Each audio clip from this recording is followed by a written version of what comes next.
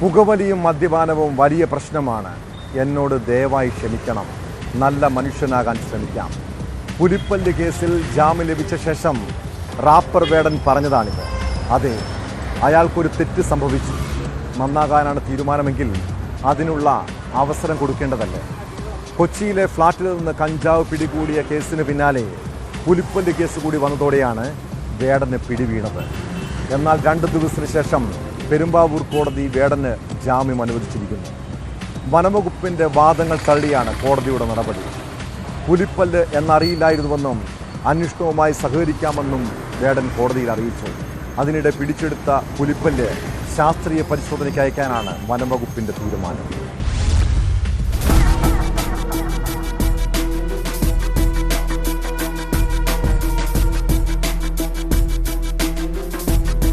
സമ്മാനമായി ലഭിച്ച വസ്തു പുലിപ്പല്ലാണെന്ന് അറിയില്ലായിരുന്നു. അറിഞ്ഞിരുന്നുവെങ്കിൽ ഉപയോഗിക്കില്ലായിരുന്നു. വേടന്റെ ഈ വാദങ്ങൾ കേട്ടതോടെയാണ് പുലിപ്പല്ല് കേസിൽ Perumbavoor judicial first class magistrate കോടതി ജാമ്യം നൽകിയത്. അന്വേഷണത്തോട് പൂർണ്ണമായും സഹകരിക്കാൻ തയ്യാറാണ്. രാജ്യം വിട്ടുപോകില്ല. പാസ്പോർട്ട് സമർപ്പിക്കാനും തയ്യാറാണ്. പുലിപ്പല്ലെന്ന് വനംവകുപ്പ് പറയുന്നതല്ലാതെ ശാസ്ത്രീയമായ തെളിവൊന്നുമില്ല. തൊണ്ടി മുതൽ കണ്ടെടുത്തിട്ടുണ്ട്. വനംവകുപ്പ് കസ്റ്റഡിക്കായി അപേക്ഷ നൽകിയിട്ടില്ല.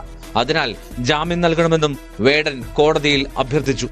എന്നാൽ ജാമ്യാപേക്ഷയെ വനംവകുപ്പ് എതിർത്തുവെങ്കിലും അത് അംഗീകരിക്കാതെയാണ് കോടതിയുടെ നടപടി. രാജ്യം വിട്ടുപോകാൻ സാധ്യതയുണ്ടെന്നും തെളിവ് നശിപ്പിക്കുമെന്നുമായിരുന്നു വനംവകുപ്പിന്റെ വാദം. പുലിപ്പല്ല് നൽകിയതെന്ന് പറയുന്ന രഞ്ജിത്ത് കുമ്പിടി എന്നയാളെ കണ്ടെത്താൻ കഴിഞ്ഞിട്ടില്ലെന്നും വനംവകുപ്പ് കോടതി അറിയിച്ചു. നേരത്തെ തെളിവെടുപ്പിന് ശേഷമാണ് വേടനെ കോടതിയിൽ ഹാജരാക്കിയത്.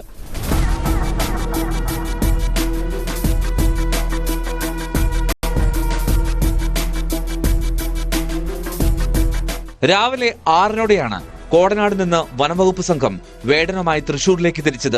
ആദ്യം വിയ്യൂരിലെ സരസ ജ്വല്ലറിയിൽ എത്തിച്ച് വിവരങ്ങൾ ശേഖരിച്ചു. സന്തോഷ് എന്നയാളുടെ ഉടമസ്ഥതയിലുള്ള ജ്വല്ലറിയിലാണ് വേടൻ പുലിപ്പല്ല് ലോക്കറ്റാക്കി മാറ്റിയത്.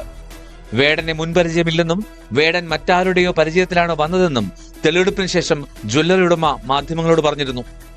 ലോക്കറ്റിലുള്ളത് പുലിപ്പല്ലാണെന്ന് അറിഞ്ഞിരുന്നില്ലെന്നും ജ്വല്ലറി ഉടമ പ്രതികരിച്ചു. ഇതിനുശേഷം വേടന്റെ വീട്ടിലെത്തി തെളിവെടുപ്പ് നടത്തി. തൃശൂരിലെ തെളിവെടുപ്പ് പൂർത്തിയാക്കിയ ശേഷം വേടനെ കോടനാട്ടേക്ക് തിരികെ കൊണ്ടുപോയി. തുടർന്നാണ് കോടതിയിൽ ഹാജരാക്കിയത്.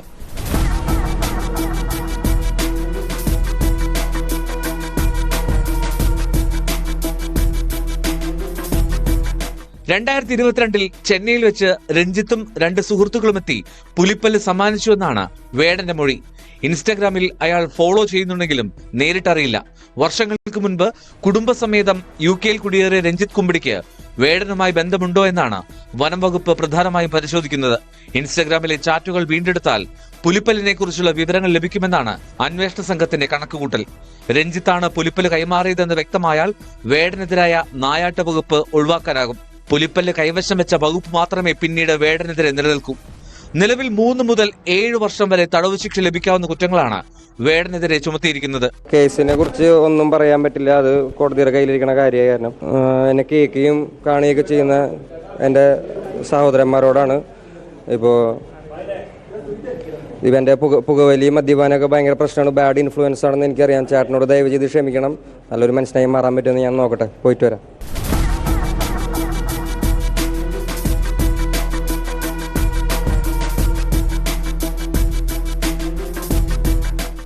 കഴിഞ്ഞ ദിവസം കൊച്ചിയിലെ ഫ്ളാറ്റിൽ നിന്ന് 9 അംഗ സംഘത്തിനൊപ്പം കഞ്ചാവുമായി വേടൻ പിടിയിലായിരുന്നു.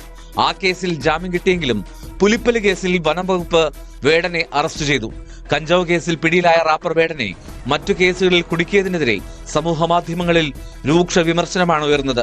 സ്റ്റേഷൻ ജാമ്യം ലഭിക്കാവുന്ന 6 ഗ്രാം കഞ്ചാവിന്റെ കേസ് 7 വർഷം തടവ് ശിക്ഷ കിട്ടാവുന്ന ജാമ്യമില്ല പുലിവേട്ട കേസിലെത്തിയതിനു പിന്നിൽ വേടന്റെ നിറവും രാഷ്ട്രീയവുമാണെന്നാണ് വിമർശനം.